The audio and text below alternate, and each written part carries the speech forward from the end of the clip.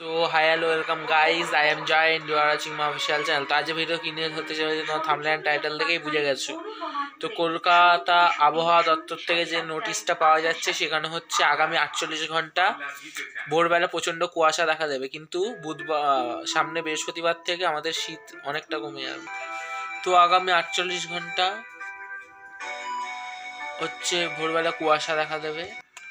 তো আমাদের এই দক্ষিণবঙ্গে শীত কমার মূলত কারণ হচ্ছে জলীয় বাষ্পের আগমন ঘটেছে। জলীয় বাষ্পের মাত্রা গত দুদিনে প্রচণ্ড বেড়ে গেছে, ঠিক আছে। 18, 19, 20 এই 3 দিনের মধ্যে 17 তারিখ অবধি জলীয় বাষ্পের মাত্রা অনেকটাই কমছিল।